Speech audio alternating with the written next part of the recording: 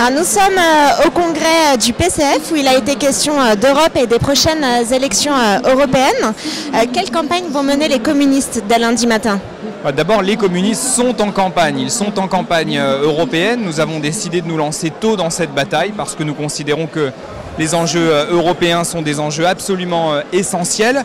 Et nous avons décidé de mener cette campagne en connexion directe avec les mobilisations qui ont lieu en ce moment. C'est-à-dire que nous voulons que la question du travail, que la question du pouvoir d'achat soit au cœur de cette bataille des élections européennes. On ne peut pas continuer à vivre dans une Europe qui est une Europe de régression sociale et qui est une Europe qui nous tire vers le bas.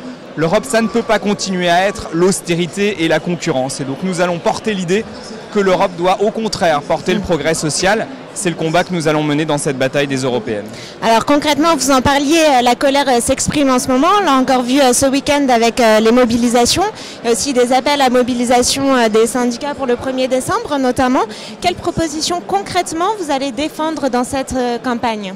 D'abord, il faut en finir avec l'austérité. Et on ne peut pas continuer à avoir une Union européenne qui nous impose à coups de latte des politiques d'austérité qui consistent à diminuer les dépenses publiques, à diminuer les dépenses sociales, à casser nos services publics. Donc nous allons porter l'idée que l'Union européenne doit au contraire, par exemple, être un vecteur de développement du service public. Nous proposons qu'au lieu de verser de l'argent à perte aux banques privées, la Banque centrale européenne puisse alimenter un fonds pour le développement des services publics, notamment dans les zones rurales qui sont celles qui souffrent le plus de la désertion des services publics ces dernières années. Voilà une proposition concrète que nous allons porter.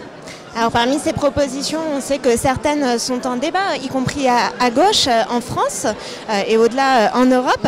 Quelle liste et quel rassemblement vous allez proposer à l'issue de ce congrès où on sait que la question était par ailleurs en discussion ?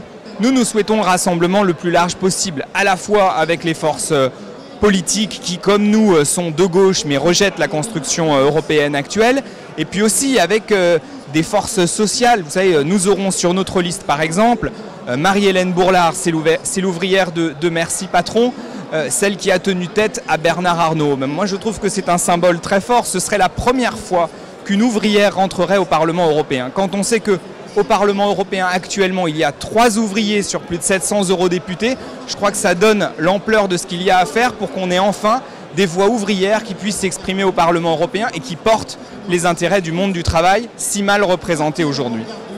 Alors aujourd'hui, vous parlez des candidats que vous aurez sur votre liste et que vous proposez. Qu'en est-il du rassemblement à gauche avec les autres forces politiques, puisqu'il est proposé que vous soyez, de leur proposer que vous soyez tête de liste, pardon. Qu'en est-il aujourd'hui et comment va se poursuivre cette discussion avec les formations politiques ? J'ai déjà eu l'occasion de m'adresser aux autres forces politiques de gauche. Nous avons rencontré un certain nombre d'entre elles et nous allons continuer. Donc c'est un travail qui n'est pas achevé. Nous allons les rencontrer dans les semaines qui viennent. Moi je souhaite en tout cas que ce travail puisse se poursuivre.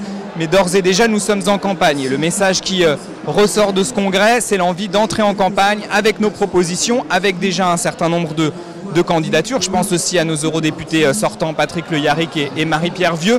Donc on y va. Et puis si nous sommes en capacité de rassembler au-delà du Parti communiste, tant mieux. Mais ça ne doit pas nous empêcher dès maintenant d'être en campagne et de mener cette campagne avec beaucoup d'énergie.